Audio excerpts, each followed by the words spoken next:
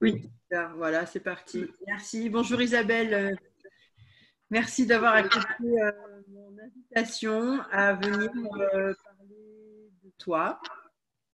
Alors, tu t'appelles Isabelle Stutter. Tu as participé comme intervenante au sommet Prendre soin Mhm. avec un magnifique atelier sur le thème du nerf vagal. Mhm. Et c'était très, très intéressant. Je te remercie. J'ai appris beaucoup de choses. J'ai compris beaucoup de choses. Et j'ai mis ça en lien avec des choses qui se passent pour moi ou des manières que je peux avoir de réagir. Mhm. Ça m'a vraiment interpellée en fait. J'ai trouvé ça très intéressant. Donc, je vais mettre le lien du replay de l'atelier sous la vidéo pour les personnes qui ne l'ont peut-être pas encore vu et qui pourraient avoir la curiosité d'aller voir comment tu nous as expliqué tout ça.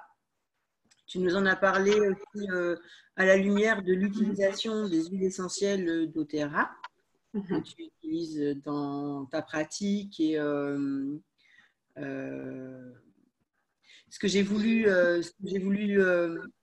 savoir, en fait, c'est comment tu as été challengé, peut-être émotionnellement, peut-être par rapport à des croyances sur toi, peut-être par rapport à des peurs, des appréhensions, pour participer au sommet. Parce que, particulièrement pour toi, c'était ton premier webinaire en ligne. Voilà. Ouais. Donc, je trouve ça chouette. Moi, ça me touche beaucoup. Ces passages, ces pas de plus qu'on fait Mhm. pour changer sa réalité, pour se réinventer, Mhm. finalement. Mhm. Et alors que tu es une praticienne établie, que tu as ta clientèle et que Mhm. voilà, tout roule pour toi, Mhm. le fait de devenir visible, de participer à un webinaire, d'être intervenante, d'avoir à préparer un atelier, je sais que c'est venu te faire comment dire, sortir de ta zone de confort en fait. Et, Mhm. j'avais envie que tu nous partages ça, le mécanisme de tout ça, comment ça s'est passé et comment tu as dépassé surtout cet inconfort. Mhm. Ouais, super. Merci Nora pour ton invitation. Quand tu me l'as proposé, j'ai eu la même réaction en fait que quand Aurélia a proposé la participation à son sommet. C'était vraiment le premier réflexe, mais j'ai rien à dire en fait. Et ça, je pense que ça a été mon challenge principal, dans le sens où j'étais confrontée, il y avait d'un côté, j'ai rien à dire, le premier, on va dire la phrase réflexe d'habitude, et au fond de moi, ça c'était assez fort, hein, c'était une voix assez forte, et puis au fond de moi, il y avait une toute autre voix qui disait, mais vas-y, avec beaucoup de tranquillité, avec beaucoup de confiance, et mais elle ne parlait pas très fort. Donc, j'aurais pu ne pas l'entendre. Et je me suis dit non. Alors, comme je n'ai pas dû répondre dans l'immédiat, je me suis laissé un petit temps. Puis en fait, cette espèce de certitude de fond, c'était même pas forcément une voix, mais une forme de bah, vas-y, et ça ira bien. Et je me suis dit, c'est l'occasion. C'est l'occasion d'y aller, c'est l'occasion. Autour du prendre soin, c'est un domaine dans lequel je suis assez à l'aise, donc je ne savais pas encore qu'est-ce que j'allais présenter comme sujet. Mais voilà, avec mes formations, etc., c'est pas en soi un domaine challengeant. Et donc, c'était la bonne occasion. Et ce que j'ai pu en fait expérimenter dans toute la suite, c'est vraiment combien en fait c'est notre choix qui va déterminer toute la suite. On dit que le choix crée la réalité et que c'est un des outils les plus puissants pour créer notre réalité, c'est vraiment le choix. Et là, j'ai pu voir que le fait que je choisisse clairement entre cette voix qui disait t'as rien à dire et puis bah, cet élan intérieur, eh bien, ça a déroulé toute la suite. Et j'avais jamais été consciente de la puissance du choix en fait jusque-là. J'ai l'impression qu'avant, les autres choix importants que j'ai faits, c'était plus des choix il faut que tu y ailles, ou tu vois, quelque chose qui était induit qui crée une espèce de lutte intérieure. Et du coup, quand il y a cette lutte, il n'y a pas ce déroulement de tapis rouge qui suit. Voilà, donc ça, c'est vraiment c'est ce que j'avais envie, c'est la chose principale que j'avais envie de communiquer à travers mon témoignage. Alors, je vais en dire plus, hein. Mais quand tu m'as fait l'invitation, je me suis dit, en fait, si j'ai quelque chose à te dire, j'ai envie de partager cette notion de choix. Quand je choisis vraiment, eh bien, l'univers m'offre les moyens, les moyens de réaliser mon choix, même si moi, je ne les connais pas avant. Ouais, je te remercie. Je trouve ça très important aussi, ce que tu partages là, et très pertinent, parce que finalement, pour toute personne, alors bon, j'aime parler des femmes, on va parler des femmes et de notre intériorité, de comment ça se passe.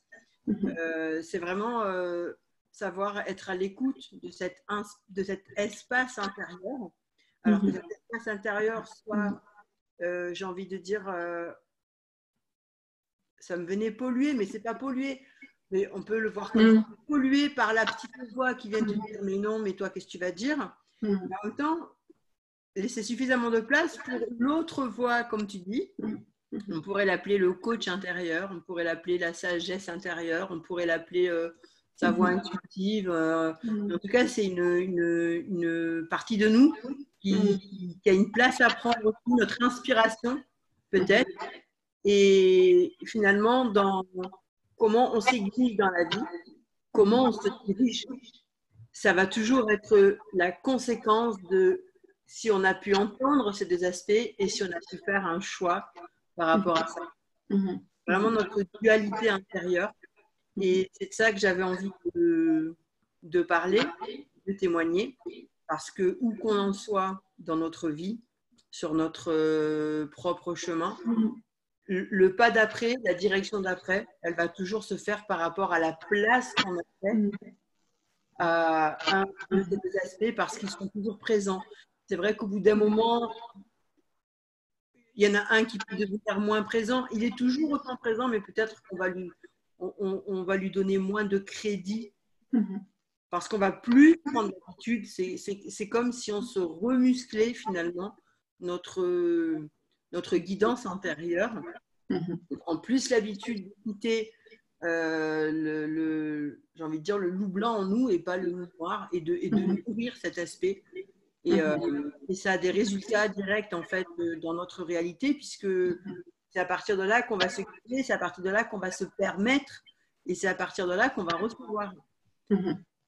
Oui, c'est vraiment ça, quoi. Est-ce que j'écoute mon passé? Parce que j'ai rien à dire, ça c'est issu directement de mon passé, de mes croyances, de mes blessures, etc. Ou bien est-ce que j'écoute ce qui est vivant et présent à l'intérieur de moi? Est-ce que je suis cet élan en lui faisant confiance? Parce qu'il y a l'entendre, et puis après, il y a vraiment à le choisir, et après à lui faire confiance. Exactement. Et si je cherche à contrôler le processus, je n'aurai pas cette même guidance intérieure, étape après étape, en fait. Ça va de nouveau venir de ma tête, et donc de mon passé, de mes représentations qui sont issues de mon expérience, sous-entendu passé, quoi. Exactement. Et ça, c'est, ouais. Parce que finalement, tu sais, j'avais entendu cette définition de la croyance. Qu'est-ce que c'est une croyance? Finalement, la croyance, c'est le résultat de la répétition des pensées qu'on peut avoir sur soi. Donc, si tu écoutes tout le temps la pensée, enfin, ce qu'on prend pour une pensée, non, tu n'es pas capable, mais tu es qui, toi, pour, à force de se laisser entendre juste ça, tout le temps, pensée après pensée, alors finalement, ce n'est pas une pensée de nous, c'est plutôt une pression mentale, d'accord? Un héritage.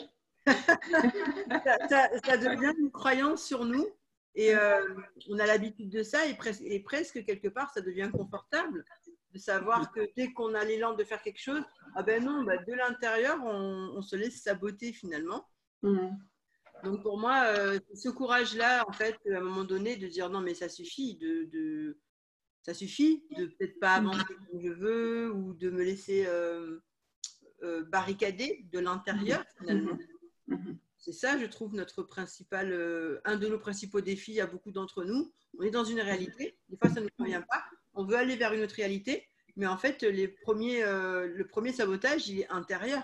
Donc finalement, de s'autoriser à avoir plus clair par rapport à ça, et de faire un choix finalement plus conscient, avec tous ces espaces en nous qui des fois parlent en même temps, et de donner l'autorisation à aller vers quelque chose de mieux pour nous, parce qu'on a cette chance d'avoir justement cette voix intérieure qui nous guide.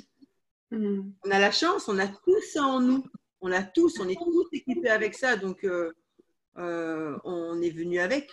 Je trouve ça vraiment important en fait, ce que tu partages, parce que c'est une clé de changement en fait.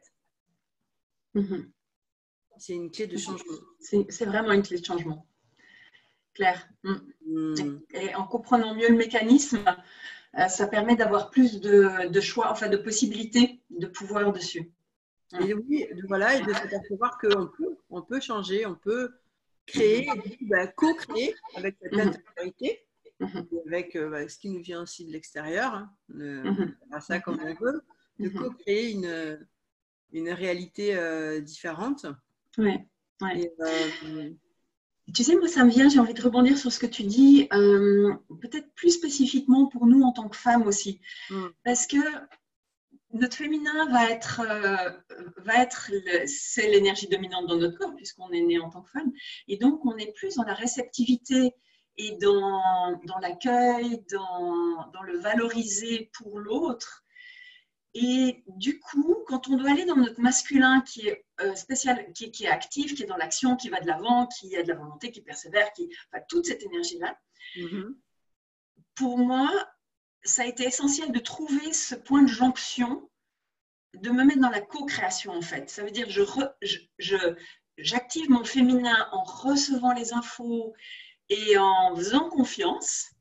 Et j'active mon masculin en posant les actions qui sont nécessaires par rapport à ça. Et la résultante, c'est une forme de co-création. C'est pas une action simplement ou un projet que moi, Isabelle, mène du tout.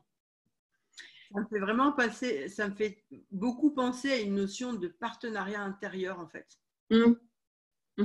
Entre justement ces deux polarités qu'on a, notre énergie féminine de base, mais aussi notre énergie, notre pôle masculin. Et ça devient finalement, dans la vie, on va s'allier souvent à un partenaire extérieur qui représente ce pôle masculin finalement, tant qu'on est ignorant qu'on a aussi ce pôle à l'intérieur de nous. Et on peut aller très loin avec ce que tu es en train de soulever là, parce que derrière, il y a la notion de mariage intérieur aussi finalement. Oui, bien sûr.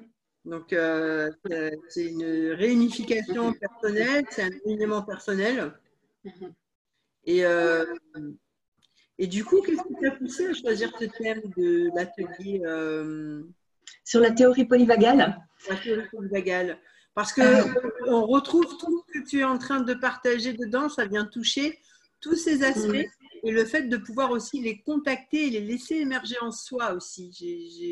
J'ai senti que le nerf polyvagal était même relié à l'éveil, en fait, à son propre éveil de son intériorité et puis un éveil général avec toutes les notions que chacun peut vouloir mettre dedans. Mais j'ai senti qu'à partir du nerf, on allait toucher toutes ces notions-là aussi. Oui, j'avais vraiment à cœur. Moi, j'ai adoré découvrir cette théorie-là. Parce qu'elle est au service, alors d'une part parce qu'elle, c'est pas la théorie en elle-même, la théorie, elle parle vraiment du système nerveux qui à chaque instant agit à l'intérieur de nous, en trame de fond, totalement dans notre inconscient. Mais c'est lui qui va mener le bal. C'est pas du tout ma psyché, c'est pas du tout, c'est vraiment mes instincts du système nerveux autonome qui vont diriger ma vie. Donc déjà de savoir que je vais pouvoir résoudre certaines choses en passant par la dimension des parties ou de la psyché, mais que toute une série d'autres choses, les noyaux durs qu'on cherche à transformer, c'est vraiment en allant les toucher au niveau du système nerveux, j'ai envie de dire. Donc ça, c'est, je trouve, un enseignement ou pas un enseignement, mais un apport théorique important, parce qu'on donne encore pas mal de crédit à toutes les résolutions de type psychologique, compréhension, mise en évidence des ressources, identification des problèmes, etc. Et ça va aider un bout, mais ça ne va pas être suffisant. Donc ça, c'était une partie du message. Et puis, l'autre partie du message, en fait, il y en avait 3. Ça, c'était une partie du message. La deuxième partie du message, c'est, pour moi, j'ai trouvé tellement éclairant pour moi et mes clients, de comprendre cette énergie du dorsal. L'énergie du dorsal, c'est celle qui est activée quand le corps se sent en danger de mort. Et en fait, cette espèce d'effondrement d'énergie, d'abord de déconnexion, de confusion, d'anesthésie, puis ce truc où je suis là dans mon canapé avec mon paquet de chips à regarder la télé, typiquement, ça, c'est ces énergies du nerf vagal dorsal et qui disent qu'en fait, le corps est vraiment dans une situation de danger. Alors qu'on pourrait penser, comme on est tellement mou à ce moment-là, que voilà, on ne se fait pas forcément beaucoup de mal. Alors qu'en réalité, il y a une sécrétion importante d'opioïdes et que c'est vraiment le berceau de toutes les maladies auto-immunes, de tout ce qui est arthrite, de tout ce qui est lutte contre soi, puisqu'on est dans cette énergie de s'immobiliser. Oui. Tellement le corps vit ce danger de mort. Donc, de savoir ça, juste de le savoir, et de savoir qu'il n'y a qu'une seule possibilité d'en sortir, c'est de se mettre en mouvement, ça permet à chacun de dire, OK, quand je suis dans cette énergie où j'ai plus d'énergie, où j'y crois plus, ou à quoi bon? Je fais un pas. Je fais un pas, je fais un mouvement, peu importe. Je me lève, je vais aux toilettes, ou je vais me servir un verre d'eau, ou j'appelle quelqu'un, ou je me mets à pleurer. Tout ça, c'est des remises en mouvement. Et du coup, on en sort, parce que c'est mauvais de rester dans ces états-là pour le corps. Alors, déjà pour le corps, et puis pour nous aussi, c'est des moments qui sont extrêmement énergivores et on met du temps à remonter après. Ouais, j'imagine que ça sécrète des niveaux de cortisol. Des opioïdes qui anesthésient. Ouais. Et alors que le moyen, en fait, quand on a vu que c'est pas bon, souvent, pour les personnes qui ont cette tendance dorsale, elles vont chérir cette bulle. Elles vont sentir ça comme leur petit espace de ressourcement. Quand c'est déconnecté de l'extérieur, c'est jamais un espace de ressourcement. On peut être dans une on n'appellera d'ailleurs pas ça une bulle, hein, on peut être dans un espace de ressourcement où on est vraiment avec soi, complètement relié à soi, mais à tout ce qui est autour, aux gens, à l'univers, aux énergies, à la nature. Quand on est dans ce truc où on ferme et on sent qu'on a besoin de fermer, là, on n'est pas du tout dans un espace de ressourcement. Et il y a beaucoup de confusion là autour. Ouais, c'est une déconnexion et un isolement, en fait. Exactement, ouais. Et donc, ça n'amène rien de bon. Ça n'amène vraiment rien de bon. On est complètement dans une fuite, en fait. On ne résout rien avec ça. On ne se régénère pas. On ne résout pas ce qui nous a mis dans cet état. On n'avance pas par rapport à sa vie. Et du coup, ce n'est pas du tout productif, en fait. Ouais, et donc, de savoir que se mettre en mouvement, c'est la seule chose à faire. C'est une recette extrêmement simple. Une fois qu'on le sait, on a identifié l'état, on sait qu'il faut faire un mouvement. Ben, on va déjà mettre en route une nouvelle énergie et ça va être plus facile après de repasser dans l'action. Tout à fait, parce que surtout, par exemple, quand on a eu des défis émotionnels dans sa vie et que justement, le corps, il a intégré, du coup, c'est sous forme de mémoire, mais qui sont réactivées. Finalement, c'est réactivé tout le temps à travers notre vie. Et justement, on peut avoir acquis ça comme un réflexe, d'aller se mettre dans le canapé ou d'avoir d'autres comportements comme ça. Et c'est hyper empêchant, en fait. Donc, je trouve ça vraiment bien. C'est une vraie clé pour justement se réinventer, finalement. Ouais, c'est chouette. Tout à fait. Ouais. Du coup, qu'est-ce que toi, qu'est-ce que ça t'a apporté, en fait, entre ton inconfort, entre la participation au sommet ou la participation à cette vidéo, et de dire, non, finalement, non, finalement, il y a un espace, j'ai envie d'y aller. Qu'est-ce que ça t'a apporté justement au niveau de ton énergie Est-ce que tu t'es senti que justement tu étais plus, qu'on appelle ça, complète de toi-même, que c'est comme si tu t'appropriais ton potentiel ton potentiel de croissance personnelle davantage parce que tu as fait le choix d'écouter quelque chose justement qui t'amène vers la croissance, vers l'exponentialité de toi et pas vers la rétractation. Oui, clairement. Les mots que tu as évoqués comme être plus complète ou me sentir dans une forme d'exponentialisation, c'est vraiment ça que ça m'a apporté. Plus complète et plus ancrée aussi. Comme quelque chose comme un socle de plus. Ouais. Et du coup, de me dire, voilà, si je dois, pas si je dois, mais c'est tout à fait faisable. Alors, est-ce que c'est ce que je vais toujours choisir? Je ne suis pas sûre. Parce que j'aime bien travailler. J'ai une partie de moi qui est une travailleuse dans l'ombre. Et donc, j'aime écouter, j'aime refléter, j'aime guider l'autre plutôt que me mettre en avant.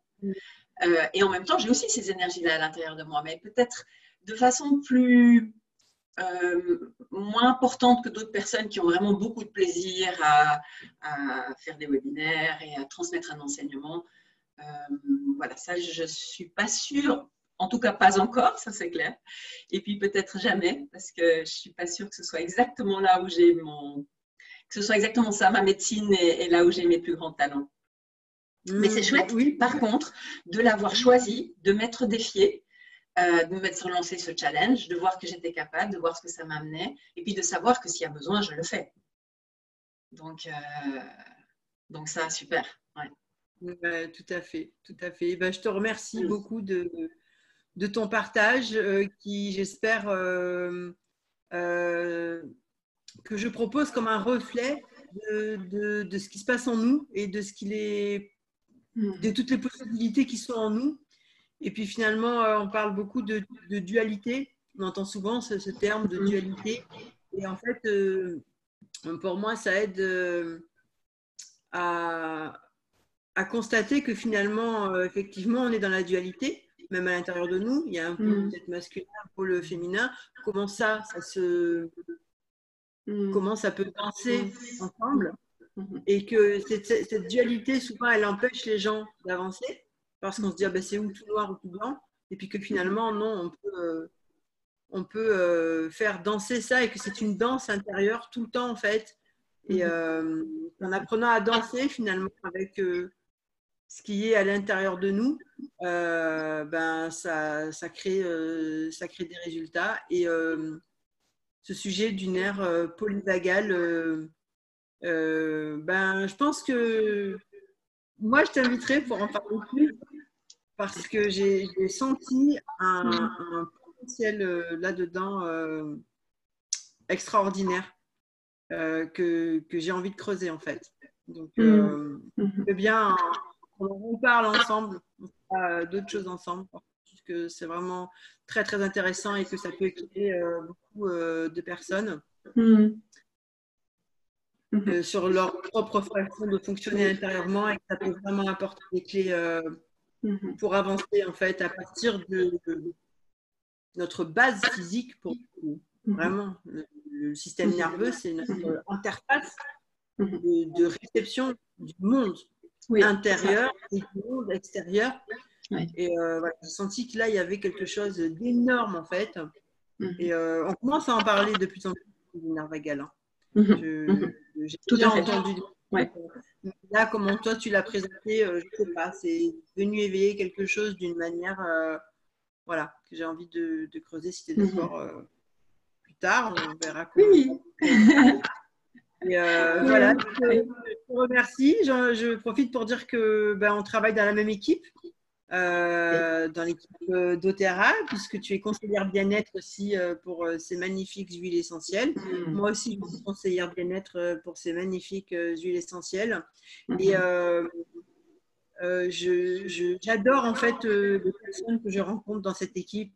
Vraiment, j'ai trouvé que vous êtes toutes d'une richesse extraordinaire et mon inspiration intérieure à moi me pousse vraiment à sortir de ma zone de confort avec la petite voix qui dit mais t'es qui toi Nora pour avoir envie de parler et de faire des entrevues comme ça avec ces personnes. Une voix qui est la voix du cœur, la voix de l'amour intérieur de moi et la voix de l'amour intérieur des autres qui dit non Nora, c'est ça que tu as envie de faire, ben fais-le. Ça t'apporte du plaisir et je sais que le message derrière ça, c'est que d'autres femmes peut-être puissent